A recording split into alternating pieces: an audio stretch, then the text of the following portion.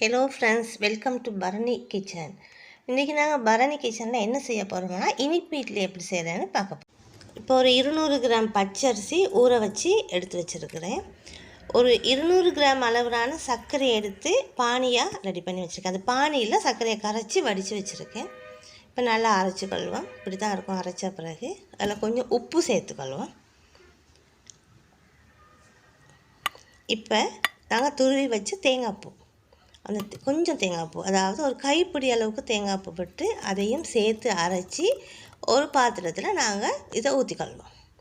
இப்போ ஊற்றியாச்சு. அதுக்கப்புறமா இப்போ நாங்கள் அதில் என்ன சேர்க்க போகிறோம்னா கொஞ்சம் ஈஸ்ட், கொஞ்சம் ஒரு டீஸ்பூன்லேயும் ஒரு காவாசி கொஞ்சம் ஈஸ்ட்டும் ஒரு 25 கிராம் ரவை மாவும் சேர்த்துக்கொள்கிறேன். நான் சேர்த்து எல்லாத்தையும் மிக்ஸ் பண்ணி ஒரு இட்லி பதத்துக்கு ரெடியாக்கி ஒரு 4 ஹவர் புளிக்க வச்சு இட்லி சட்டியில் ஊற்றி, அதாவது ஸ்டீமரில் நாங்கள் இட்லி ஊற்றுற மாதிரியே எடுத்து ஊற்றி அதை அவிச்சு நாங்கள் எடுத்துக்கொள்ள போகிறோம். இது தான் ஃப்ரெண்ட்ஸ் இனிப்பு இட்லி.